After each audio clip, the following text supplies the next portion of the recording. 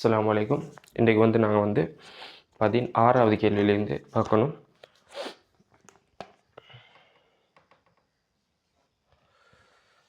மின்கலம் ஒன்றில் AgCl மின்வாய் கதோட்டாக தொழிற்படும் போது 2.5 ஆம்பியர் மின்னோட்டம் 386 செகண்டுக்கு பெறப்பட்ட போது AgCl மின்வாயில் ஏற்பட்ட திணிவு மாற்றம் என்னன்னு கேட்குறேன். சரியா? இப்போ AgCl மின்வாய் கதோட்டா தொழிற்படக்குள்ள என்ன நடக்கும்? AgCl ஒரு இலத்திறனை பெற்று என்னவா படியும்? Ag படியும். இங்கே Cl மைனஸ் கரைசலாக காணப்பட போகுது. சரியா?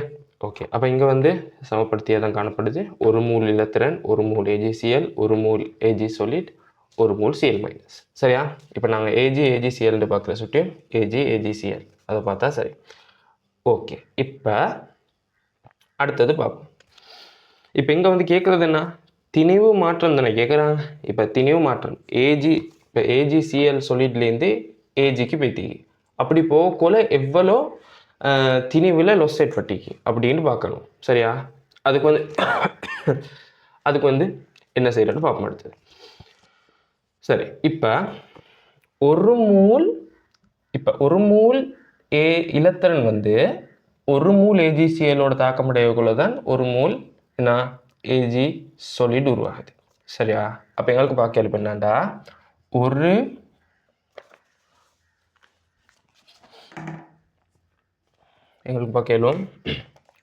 ஒரு மூல் இலத்திறன் பயன்படும் போது, சரியா, பயன்படும் போது திணிவு மாற்றம், நான் டெல்டா திணிவு போடுறேன், திணிவு மாற்றம் சமன் என்ன செய்யலாம்? Ag solid திணிவின் கீழ் மைனஸ் AgCl solid திணிவு. சரியா? ஓகே. இப்போ பார்ப்போம். Ag solid திணிவு என்ன? Ag solid திணிவு எங்களுக்கு மூலக்கூற்று திணிவு தெரியும் 108. மூல் ஒரு மூல் தானே. அப்போ 108 மைனஸ் AgCl 108 சக 35.5 143.5 வரும். சரியா? 143.5 வரப்போகுது. அப்போ வரும் 35.5 கிராம் வரப்போகுது. சரியா? ஓகே. அப்போ இங்கே மைனஸ்னு தான் வரும். மைனஸ்ன்றதுக்கு என்ன அர்த்தம்? மைனஸ்னுக்கு அர்த்தம் திணிவு குறைஞ்சிக்கு. சரியா? அப்போ திணிவு குறைஞ்சிக்கின்னு அர்த்தம். அது புறை தேவைப்படும். இதில் தந்திக்கு இனால் கூடும் இனால் குறைவடையும். அப்போ கட்டாயம் குறைவடையும், திணிவு குறைவடைய போகுது. சரியா? ஓகே. அப்போ இது ஒரு மூல் இலத்திறன்கள் பயன்படுத்தக்கொள்ள திணிவில் மாற்றம். சரி. இப்போ அடுத்த விஷயத்துக்கு வரும். சரியா? இப்போ ஒரு மூல் பயன்படுத்தக்கொள்ள தானே இது. இப்போ எவ்வளோ மூல் பயன்படுத்தப்பட்டிருக்குன்னு யாரு தெரியும்? இப்போ அதை தான் கணிச்சணும். சரியா? எவ்வளோ மூல் இலத்திறன்கள் பயன்படுத்தப்பட்டிக்கிட்டு காணணும். சரியா?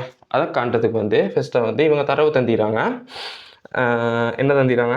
ஃபஸ்ட்டாக தந்திரது 2.5 ஆம்பியர் மின்னோட்டம் 386 செகண்ட்களுக்கு பெறப்பட்டீங்க. சரியா? அப்போ உங்களுக்கு சமன்பாடு ஒன்று தெரியும். சமன்பாடு ஒன்று தெரியும்.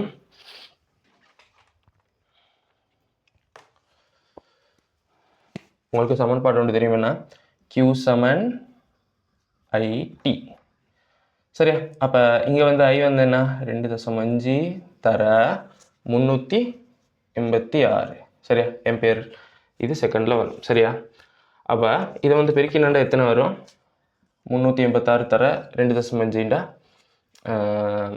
965 கூலோம்னு வரப்போகுது. சரியா? அப்போ இங்கே பயன்படுத்தப்பட்ட ஏற்றம் 965 கூலோமாக காணப்பட போகுது. சரியா? ஓகே. இப்போ இந்த ஏற்றத்தை வச்சு என்ன செய்யணும்டா, எவ்வளோக்கு மூல் இலத்திறன்கள் இங்கே பயன்படுத்தப்பட்டிருக்கிட்டு காணணும். சரியா? அதுக்கு என்ன செய்யணும்? ஃபரடேட மாறிலி உங்களுக்கு தெரியும். ஃபரடேட மாறிலி நான் இங்கே எழுதுறேன். 96,500 கூலோம் பர் மூல். சரியா? 96,500 கூலோம் மூல் -1 அந்த இது தெரிஞ்சுக்கணும். சரியா?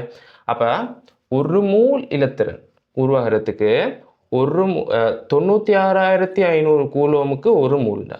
சரியா? 96,500 கூலோமுக்கு ஒரு மூல் இலத்திரன்டா. இங்கே 965 கூலோம் 965 கூலோம் பயன்படுத்தக்குள்ள எத்தனை மூல் இலத்திரன்கள் பார்க்கணும். அப்படி பார்த்தா எத்தனை வரும்? 0.01 மூல் வரப்போகுது. சரியா? ஓகே, அப்போ 0.01 மூல் வரப்போகுது. இப்போ நாங்கள் ஒரு மூல் இலத்திரன் தாக்கம் அடையக்குள்ள திணிவு மாற்றம் எவ்வளோ ஏற்பட்டீங்க? 35.5 கிராம். சரியா? ஒரு மூல் இலத்திரன் பயன்படுத்தக்குள்ள 35.5டா. இப்போ அடுத்த பார்ப்போம். சரியா? அப்போ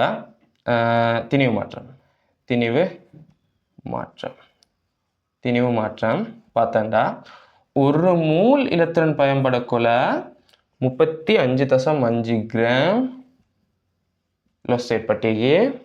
அப்படின்டா 0.01 மூல் இலத்திரன் பயன்படக்குள்ள எவ்வளோன்னு பார்த்தா சரி. அப்படி பார்த்தா எவ்வளோ வரும்? 0.355 கிராம்ட்டு வரப்போகுது. ஓகே, சரி. இப்போ இன்னும் மைனஸ் வரும். மைனஸ் வந்து இதுக்கு வர திணிவு குறைன்றதுக்கு ரீசனாக தான் மைனஸ் வரப்போகுது. அப்படி பார்த்தாண்டா இங்கே ஆன்சர் வந்து வரும் தேர்ட் ஆன்சர் வரப்போகுது.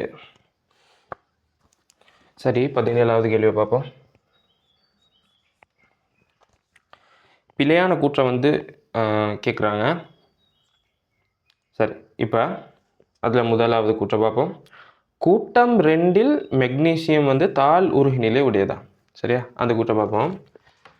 இப்போ உருகுநிலையை பார்த்தோம்டா கூட்டம் 2 எப்படி வரும்? பெர்லியத்துக்கு வந்து நல்ல அதிகமாக காணப்படும். அடுத்தது கால்சியத்துக்கு, மெக்னீசியத்துக்கு இல்லை, கால்சியம், ஸ்ட்ரோன்சியம், பேரியம், அதுக்கு பிறகு தான் மெக்னீசியத்துக்கு வரும். சரியா? மெக்னீசியத்துக்கு வந்து தாழ் உருகுநிலை கொண்டதாக காணப்படும். இதுக்கு ரீசன் என்னண்டா, இந்த கால்சியம், ஸ்ட்ரோன்சியம், பேரியத்தில் வந்து வெற்று டியோபிட்டல் காணப்பட போகுது.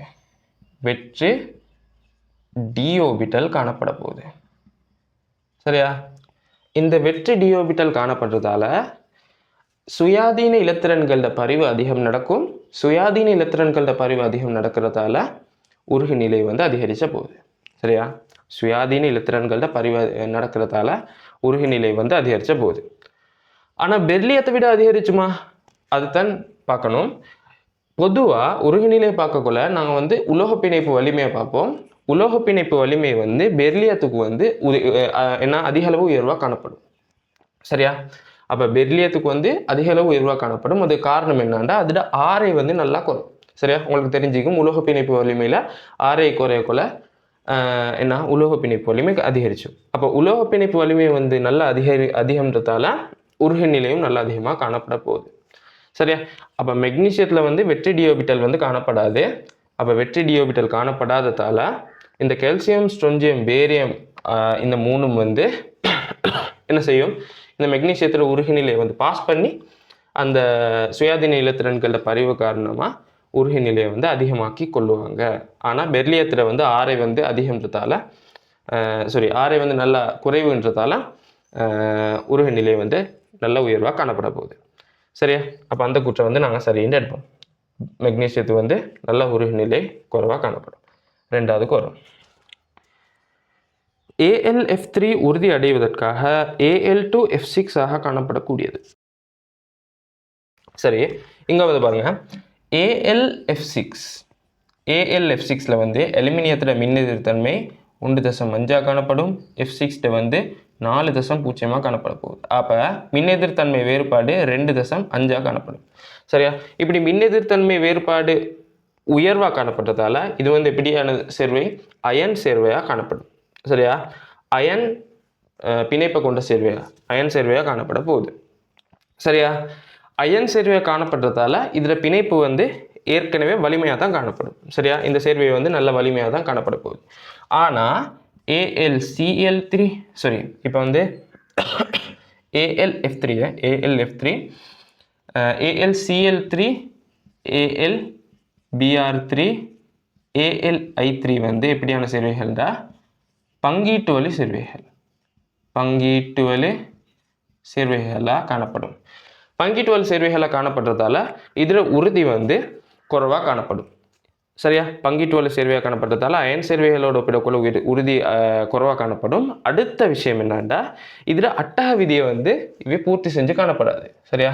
உதாரணத்துக்கு AlCl3 எடுத்தோம்டா குளோரின் குளோரின் குளோரின். சரியா? அலுமினியத்தில் வந்து 2 4 6 இலத்திரன்கள் தான் காணப்படுது மொத்தமாகவே பங்கீட்டு வழி சேர்வைகளால். அப்போ 8 காணப்படாததால் இதில் உறுதி வந்து குறைவாக காணப்படும். அப்போ இதை வந்து உறுதியாக்கி கொள்றதுக்கு என்ன செய்வாருண்டா இன்னொரு AlCl3, நான் இந்த குளோரினை வந்து நான் இங்கே போடுறேன். சரியா? அப்போ இன்னொரு AlCl3யோட தாக்கம் அடைஞ்சு சேர்ந்து இன்னைக்கு குளோரின் உள்ள தனிச்சோடி இலத்திரனை ஈதல் பிணைப்பு உள்ள அலுமினியத்தை வழங்குவார். அதே மாதிரி இந்த AlCl3யில் உள்ள குளோரினில் உள்ள தனிச்சோடி இலத்திரனை வந்து இந்த அலுமினியத்தை கொடுத்து இப்படி என்ன செய்வாங்க ஈதல் பிணைப்பு மூலம் உறுதியாக்கி கொள்ளுவாங்க. சரியா? இப்படி உறுதியாக்கி கொள்ளும் Al2Cl6 மாறி, அதே மாதிரி Al2Br6 மாறி, Al2I6 மாறி இவங்க உறுதியாக்கி கொள்ளுவாங்க. சரியா? அந்த வேலை இங்கே AlF3ல நடக்காது. ஓகே, அப்போ அந்த கூற்றை வந்து பிள்ளாண்டு எடுப்போம். சரியா? ஓகே, இப்போ மூணாவது கூற்றுக்கு வருவோம். மூணாவது கூற்றுக்கு வருவோம்.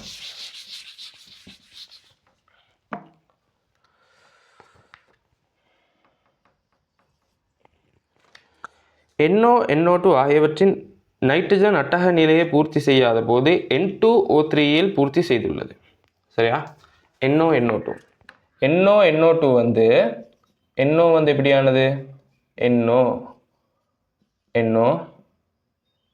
இப்படியான ஒரு சேர்வையாக காணப்படும். சரியா? இது வந்து ஒரு விதிவிலக்காக காணப்பட போகுது. NOவும் NO2. சரியா? தனி இலத்திரன் ஒன்று காணப்படும், சோடியா காணப்படாது. அப்போ இதன் மூலமாக 2 4 6 7 இலத்திரன்கள் தான் காணப்படும். ஸோ இங்கே நீங்கள் அட்டக விதியை வந்து பூர்த்தி செய்யலை. NO2ல வந்து எப்படி காணப்படும்? NO2ல வந்து நைட்ரஜன் தனிச்சோடி ஓகே இப்படி காணப்பட போகுது. டபுள் பாண்ட் காணப்படும். இங்கனைக்கு தனி இலத்திரனோடு காணப்படும். சரியா? அப்போ இதுவும் ஒரு விதிவிலக்காக காணப்பட போகுது. சரி, இங்கே அடுத்தது N2O3 கேட்குறதால அப்போ இதுவும் எப்படி அட்டக விதியை பூர்த்தி செய்யலை. இதில் 9 இலத்திரன் காணப்படுது. சரியா? 8 இலத்திரன் காணப்பட வேண்டிய இடத்துல இங்கே 9 இலத்திரன் காணப்படுது. இங்கே N2O3 பார்ப்போம். N2O3யில் எப்படி வரும்? நைட்ரஜன் அடுத்தது ஆக்சிஜன். சரியா? இப்போ இங்கே நீங்கள் டபுள் பாண்ட் கொண்டு வரும், இதுக்கு ப்ளஸ் இதுக்கு மைனஸ். சரியா? இங்கே பாருங்க, இங்கே தனிச்சோடி இலத்திரன் கொண்டு வரும். 2 4 6 2 இலத்திரன் 8, இங்கே 2 4 6 8. அப்போ நைட்ரஜன் இங்கே சரி, மற்றதெல்லாம் சரி. சரியா? அப்போ இங்கே வந்து N2O3 வந்து அட்டக விதியை வந்து பூர்த்தி செய்யும், NO2 வந்து பூர்த்தி செய்யாது. அப்போ அந்த கூற்றை வந்து நாங்கள் சரின்னு எடுப்போம். சரி, இப்போ அடுத்தது நாலாவதுல Na+லும் பார்க்க Al3+ வந்து உயர் முனைவாக்கும் வலு உடையது அப்படின்னு சொல்லி. சரியா? முனைவாக்கும் வலு வந்து ஏற்றத்தின் கீழ் ஆரைன்னு பார்ப்போம். சரியா? கற்றையண்ட ஏற்றத்தின் கீழ் கற்றையண்ட ஆரை அப்படின்னு பார்க்க போகிறோம். சரியா? அப்போ Al3+ அடுத்தது Na+, இது ரெண்டையும் தானே வச்சு கேட்குறாங்க. Al3+க்கு எப்படி காணப்படுது? ஏற்றம் வந்து கூடையாக காணப்படுது. சரியா? Na+ஐ விட Al3+க்கு ஏற்றம் கூடையாக காணப்படும். அதே மாதிரி ஆரையும் Al3+க்கு வந்து குறைவாக காணப்படும். சரியா? இதில் வந்து ப்ளஸ் வந்து இலத்திரன் குறவு, ஏற்றம் அந்த புரோட்டான்கள் கூட, அப்போ வந்து கவர்ற தன்மை கூட, அப்போ கவர்ந்து அந்த இலத்திரன்களை வந்து தன்னை நோக்கி இழுக்கிற ஆற்றல் வந்து Al3+க்கு Na+ஐ விட கூடிய காணப்படும். ஸோ ஏற்றம் வந்து அதிகரிச்சும் அதால் முனைவாக்கும் வலு அதிகரித்த போகுது. அதே மாதிரி ஆரை வந்து குறைய போகுது, அதாலையும் முனைவாக்கும் வலு அதிகரிச்சு போகுது. அதால் Na+ முனைவாக்கும் வலுவை விட Al3+க்கு வந்து முனைவாக்கும் வலு அதிகமாக காணப்படும். அதை வச்சு பார்த்தேன்டா என்ன 4வது கூற்றும் சரி. அடுத்தது 5வது கூற்று, வைரத்திலும் பென்சிலின் உருகுநிலை சிறிது உயர்வு. வைரத்திலும் பென்சிலின் உருகுநிலை சிறிது உயர்வு. அதை பார்ப்போம். உருகுநிலை மெல்டிங் பாயிண்ட், இன்னைக்கு வைரம் காரியம் சரியா. அதே மாதிரி கொதிநிலை. உருகுநிலை வந்து வைரத்தை விட காரியத்துக்கு வந்து அதிகமாக காணப்படும். ஆனால் கொதிநிலை வந்து காரியத்தை விட வைரத்துக்கு அதிகமாக காணப்பட போகுது சரியா. வைரத்தை விட காரியத்துக்கு வந்து உருகுநிலை அதிகம். அதாவது இங்கே சொல்லிடுறது வந்து பென்சிலில் வந்து காரியம் தான் காணப்படும். So graphite. அப்போ காரியம் காணப்படுறதால என்ன செய்யும், உருகுநிலை வந்து காரியத்துக்கு அதிகம். என்ன பாயிலிங் பாயிண்ட் அதாவது கொதிநிலை வந்து வைரத்துக்கு அதிகமாக காணப்பட போகுது. ஓகே, அப்படி பார்த்தாண்டா உருகுநிலை வந்து காரியத்துக்கு அதிகம். ஸோ அந்த கூற்றையும் சரின்னு எடுப்போம். சரி, அப்போ இன்னைக்கு வந்து பிழையான ஆன்சர் வந்து 2வது ஆன்சர். அப்போ 2வது சரியான ஆன்சராக இருக்கும். அடுத்தது 18வது கேள்வி. T-கெல்வின் வெப்பநிலையில் நீரின் அயன் பெருக்கம் Kw 1×10⁻³ மூல் வர்க்கம் டெசிமீட்டர் -6. இப்போ பொதுவாக வந்து அறை வெப்பநிலையில் வந்து Kw வந்து 1×10⁻14 காணப்படும். 1×10⁻14 காணப்படும். இவ்வெப்பநிலையில் 1×10⁻² மூல் டெசிமீட்டர் -3 செறிவுடைய NaOH கரைசல் 100 மடங்கு ஐதாக்கப்பட்டால் இறுதி pH யாது என்று கேட்குறாங்க. சரி,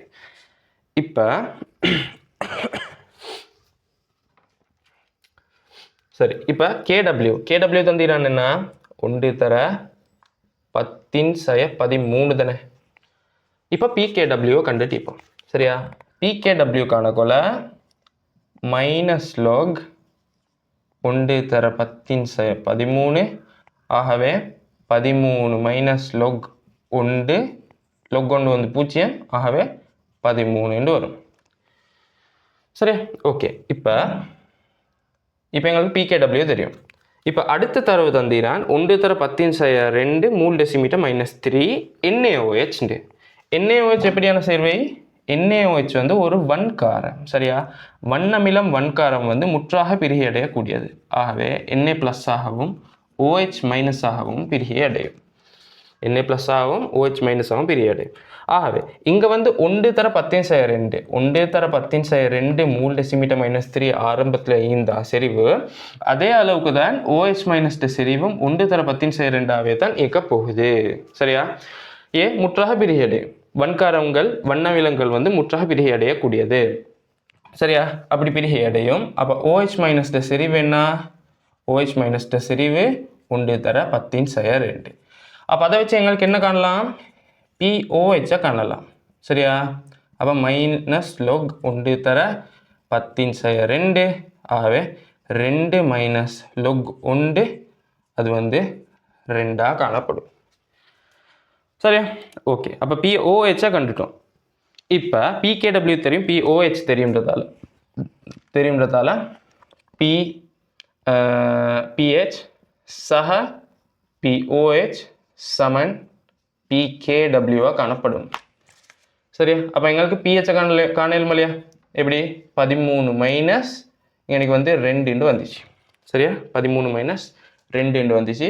ஆகவே 11 வரும். ஓகே, அப்போ pH கண்டுட்டோம். pH வந்து என்ன 11. இப்போ என்ன சொல்கிறாங்கண்டா 100 மடங்கு ஐதாக்குறாங்களா. 100 மடங்கு ஐதாக்குனா ஒரு விஷயம் தெரிஞ்சு கொள்ளணும். ஒரு வன்காரத்தையும் இல்லாட்டி வண்ணமிலத்தை 100 மடங்கு ஐதாக்கினா 2 அலகால pH அதிகரிச்சும் இல்லாட்டி குறைவடையும் சரியா. உதாரணத்துக்கு pH வந்து 3ல் காணப்படுது ஒரு சேர்வை, அதுக்கு வந்து 100 மடங்கு ஐதாக்குறாங்க. இல்லை சரி 1000 மடங்கு ஐதாக்குறேன்னு வைங்களேன். 1000 மடங்குண்டா 10⁻³ சரியா. அப்போ 3 அலகால அதிகரிச்ச போகுது. அதிகரிச்சுமா குறைவடையுமான்னு எப்படி பார்க்குறேன்டா, ஐதாக்கினண்டா ஒரு அமிலத்தோட அமில வலிமை என்ன செய்ய போகுது? குறைய போகுது. குறைஞ்சண்டா நடுநிலையை நோக்கி நகரும். சரியா? நடுநிலையை நோக்கி நகரப்போகுது. ஆகவே இப்போ 3 அலகால அதிகரிச்சோம். அப்படி அதிகரிச்சதால லாஸ்ட்டுக்கு என்ன நடக்கும்? பிஹெச் 6 ஆகும். 6 ஆக போகுது. சரியா? அதே மாதிரி காரத்தொண்டை நாங்கள் பார்த்தோம்டா.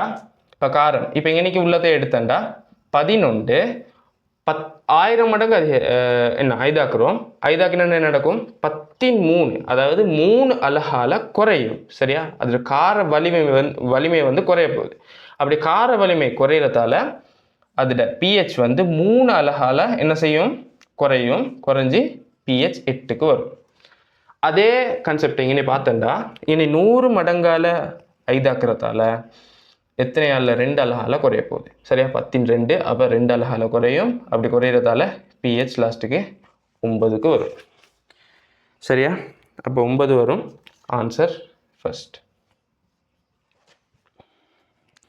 சரி, 19வது கேள்வியை பார்ப்போம்.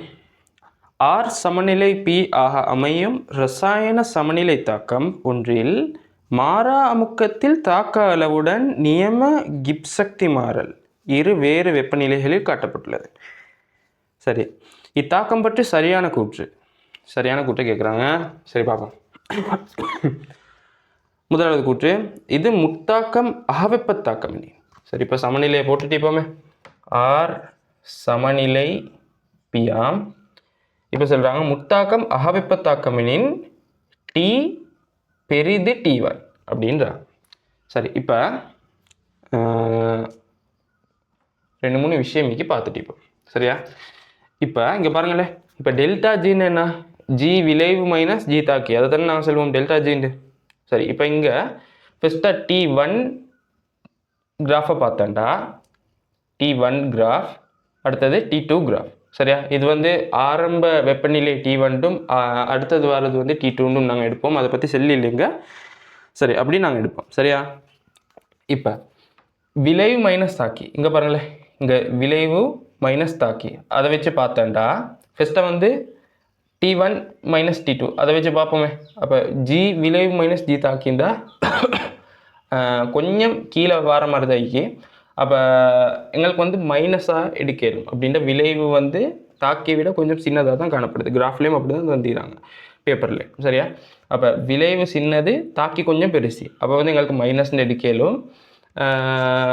புறம் வந்து வர கேள்விகளில் கொஞ்சம் சின்ன ஒரு பூச்சியம் மாதிரி அன்னளவாக எடுக்க சொல்லிடுறேன். அதை பார்ப்போம் புறைக்கு. சரியா? நாங்கள் இப்படி பார்க்கக்குள்ள விளைவை விட தாக்கி வந்து கொஞ்சம் பெருசாக்கி, ஆகவே விளைவிலின் தாக்கியை கழிச்சோக்குள்ள ஜி வந்து மைனஸில் வரும். சரியா? ஓகே, T2ல் வந்து எப்படி வருதுன்னு பாருங்களேன். இங்கே பாருங்கள், இங்கனைக்கு வந்து T2ல் விளைவு வந்து நல்லா பெருசாக்கி, தாக்கி வந்து எப்படி சின்னதாக்கி. அப்போ அப்படி வச்சு பார்க்கக்குள்ள நான் வந்து வேறு கலரில் எடுக்கிறேன்.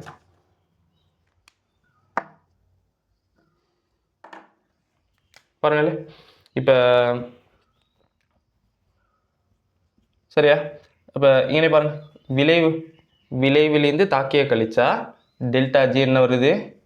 ப்ளஸ்ன்னு வருது. சரியா? இது வந்து இங்கே இதை கழிச்சண்டா கிட்டத்தட்ட மைனஸில் வரும். சரியா? ஃபஸ்ட்டாக ஆரம்பத்தில். சரி, இப்போ அது கேள்வியோட சம்மந்தப்பட்ட எடுப்போம். இப்போ இது முத்தாக்கம் அகவெப்பத்தாக்கம். இப்போ சொல்கிறாங்க முத்தாக்கம் வந்து அகவெப்பத்தாக்கமாக காணப்பட்டுச்சுங்களா. இப்போ டெல்டா ஹெச் வந்து அகவெப்பத்தாக்கம் ப்ளஸ்ஸாக காணப்பட்டுச்சுங்களா. T2 பெரிது T1. சரியா? இப்போ ஃபஸ்ட்டாக வந்து T2 எப்படி இருந்திக்கா? T2 பெரிது T1. சரியா?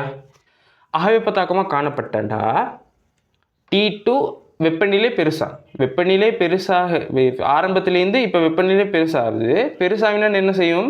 தாக்கம் வந்து லீச்சட்டலியரின் தத்துவப்படி என்ன செய்யும்?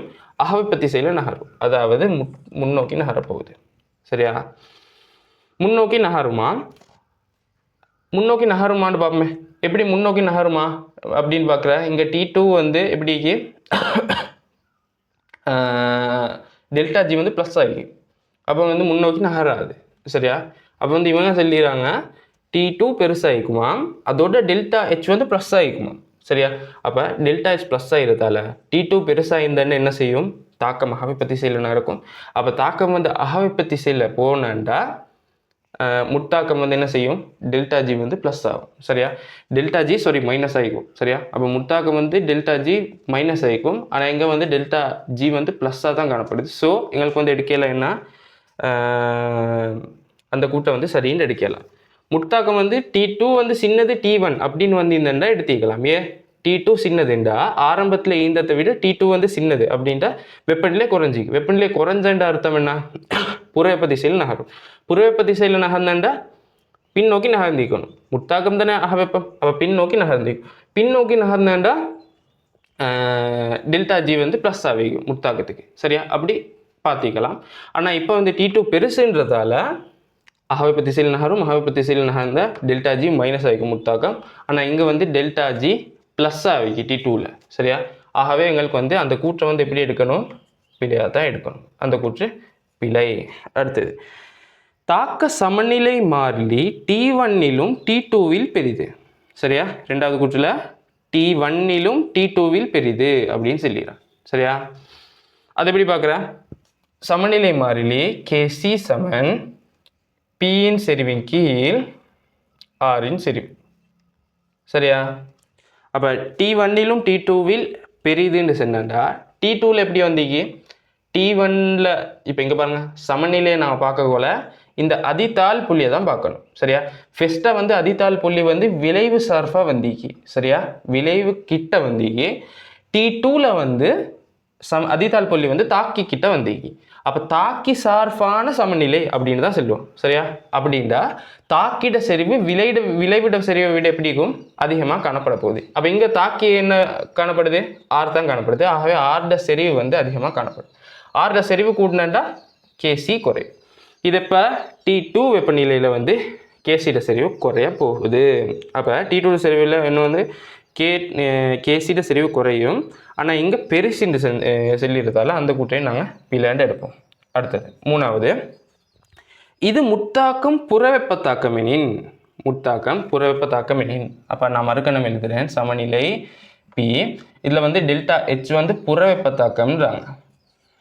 சரியா, புறவெப்ப தாக்கம் எனின் T1 பெரிது T2, T1 பெரிது T2 அப்படின்னு சொல்கிறாங்க.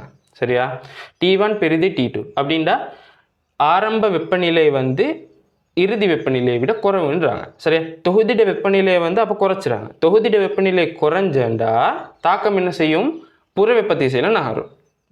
தொகுதிட வெப்பநிலையை வந்து நாங்கள் வந்து குறைச்சண்டா என்ன செய்யும், தாக்கம் வந்து புறவெப்ப திசையில் நகரும். புறவெப்ப திசையில் தாக்கம் நகர்ந்தண்டா இப்போ புறவெப்ப திசையில் நகர்றது தானே. அப்போ இங்கே வந்து முட்டாக்கம் வந்து புறவெப்பம்னு தந்திடுறாங்க. அப்போ புறவெப்ப திசையில் நகரும் முட்டாக்கமும் புறவெப்பம். ஆகவே முட்டாக்கம் வந்து டெல்டா ஜி மைனஸ் ஆக போகுது. சரியா, டெல்டா ஜி வந்து மைனஸ் ஆக போகுது. ஆனால் இங்கே பாருங்கள் கிராஃபில் வந்து எப்படி வந்தீங்க, T2வில் வந்து டெல்டா ஜி வந்து மைனஸ்னு தான் வந்தீங்க. ஸோ எனக்கு வந்து டெல்டா ஜி வந்து மைனஸ் ஆகணும். ஆனால் இங்கே டெல்டா ஜி ப்ளஸ்ன்றதால அந்த கூற்றையும் நாங்கள் பிளாண்டு எடுப்போம். சரியா, ஓகே. இப்போ நாலாவதுக்கு வரும். நாலாவதுல சின்ன ஒரு என்ன செய்யணும், ஒரு எடுக்கோல் ஒன்று எடுக்க வேண்டி வரும். பார்ப்போம். T2 வெப்பநிலையில் டெல்டா ஜி பெரிது பூஜ்ஜியமாகவும், அந்த கூற்று சரித்தானே. T2 வெப்பநிலையில் வந்து டெல்டா ஜி வந்து ப்ளஸில் காணப்படுது. சரியா, அப்போ அது வந்து பூஜ்ஜியத்தை விட பெரிது ஆகவும் T1 வெப்பநிலையில் டெல்டா ஜி ஏறத்தாழ பூஜ்ஜியத்துக்கு சமனாகவும் உள்ளது. ஏறத்தாழ இது வந்து கொஞ்சம் கிராஃப்லேயும் கொஞ்சம் அந்த டிஃபரன்ஸை வந்து பெருசாக தந்திரான் மைனஸில் வரத. ஆனால் ஏறத்தாழ பூஜ்ஜியம்ன்ற மாதிரி நாங்கள் இந்த கிராஃபை வந்து எடுக்கணும். அப்படி பார்த்தாண்டா 4th ஆன்சர் சரியாக வரும். சரியா, ஓகே. 5th ஆன்சரை பார்ப்போம். T2 வெப்பநிலையில் தாக்கம் விளைவுகளுக்கு அண்மையாக நிறைவுறும் நிலையில் உள்ளது. சரியா, T2வில் வந்து விளைவுகளுக்கு அண்மையாக, இங்கே பாருங்கள் T2வில் வந்து தாக்கிகளுக்கு அண்மையில் தான் சமநிலை காணப்படுது. சரியா, T1ல வந்து விளைவுக்கு அண்மையில் காணப்படுது. T2வில் வந்து தாக்கிகளுக்கு அண்மையில் தான் என்ன காணப்படுது, சமநிலை காணப்பட போகுது. ஸோ இங்கே நீ விளைவுன்னு சொல்லிடுறதால அந்த கூற்றை நாங்கள் பிளாண்டு எடுப்போம். சரியா, அப்போ இங்கே வந்து சரியான ஆன்சர்னு பார்த்தோம்டா 4th ஆன்சர் வரும். 20வது கேள்வி போம். இதில் வந்து ஃபஸ்ட்டாக வந்து ஆல்கஹால் முதல் ஆல்கஹால் ஒன்று தந்திரான் CH2OH சரியா. அதுலேருந்து ஆல்டிஹைடு எடுக்கிறான் CH2COOH. அதுக்கப்புறம் கார்பாக்சிலிக் ஆசிட் CH2COOH. அதுக்கப்புறம் CH2CONH2 சரியா. இப்போ இங்கே வந்து பயன்படுறது ஏயா சோதனை பொருள் பி அதோடைய சிஐ போடுறாங்க, இன்னைக்கு டியை போட்டு சூடாக்குறாங்க. சரி, இப்போ ஆல்கஹால்லேருந்து ஆல்டிஹைடுக்கு போய்த்திக்கு நாங்கள் அப்போ இன்றைக்கி வந்து மென் ஒட்சியேற்றம் நடந்தீங்க சரியா. ஒன் ஒட்சியேற்றம் நடந்தாண்டா ஒரே நடியில் ஆல்கஹால்லேருந்து கார்பாக்சிலிக் ஆசிட் வந்திருக்கும் சரியா. அப்போ ஃபஸ்ட்டாக வந்து ஆல்கஹால்லேருந்து ஆல்டிஹைடு வந்திக்கு எங்களுக்கு வந்து சிலபஸில் ஒரே ஒரு தாக்கி என்னாண்டா பிசிசி சரியா. பிசிசி தான் எங்களுக்குள்ள ஒரே தாக்கி என்ன ஆல்கஹால்லேருந்து ஆல்டிஹைடு எடுக்கிறதுக்கு சரியா. இப்போ ஆல்டிஹைட்லேருந்து என்ன கார்பாக்சிலிக் ஆசிடுக்கு போகணும் சரியா. மறுக்கணும் ஒட்சியேற்றாங்க. அப்படி ஒட்சியேற்றண்டா எங்களுக்கு வந்து ரெண்டு ஒட்சியேற்றியல் தான் நீக்கி என்ன ஒரே நடியில் என்ன கார்பாக்சிலிக் ஆசிட்டை ஒட்சியேற்றண்டா அது என்ன H+MnO4 அதாவது அமில ஊடகத்தில் வந்து KMnO4 போடுவோம், இல்லாட்டி H+Cr2O7 அமில ஊடகத்தில் வந்து Cr2O7 போடுவோம். அப்போ இங்கே தந்திரப்படி ஒரே ஒரு விட தான் நீக்கணும். அப்போ H+MnO4 அமில ஊடகத்தில் MnO4- KMnO4 போடுறது வந்து ஃபஸ்ட் ஆன்சர் மட்டும்தான் நீக்கி போல் சரி. ஃபஸ்ட் ஆன்சர் மட்டும்தான் நீக்கி. அப்போ வந்து ஒன் ஒட்சியேற்றம் நடக்கும் ஆல்டிஹைட்லேருந்து கார்பாக்சிலிக் ஆசிட் வரக்குள்ள சரியா. அடுத்தது கார்பாக்சிலிக் ஆசிட்லேருந்து என்ன ஏமைடு எடுக்கிறோம், முதல் ஏமைடு எடுக்கிறோம் சரியா. அதுக்கு இப்போ பாருங்களேன் RCOOH RCOOR அடுத்தது RCOCl. இது அவ்வளோத்துக்கும் நாங்கள் RCOONH2 மாற்றணும்டா என்ன செய்வோம்டா அமோனியாவை போடுவோம். அமோனியாவை போட்டு சூடாக்குவோம் சரியா. அமோனியா வெப்பம் சரியா. ஓகே, அப்போ இங்கே வந்து கார்பாக்சிலிக் ஆசிட்லேருந்து ஏமைடு எடுக்கிறோம். ஆகவே இன்றைக்கி வந்து அமோனியா வரப்போகுது சரி. அப்போ அப்படி வாரதால் எங்களுக்கு வந்து ஃபஸ்ட் ஆன்சரை வந்து சரின்னு எடுப்போம் சரியா. ஃபஸ்ட் ஆன்சரை வந்து சரின்னு எடுக்க போகிறோம்.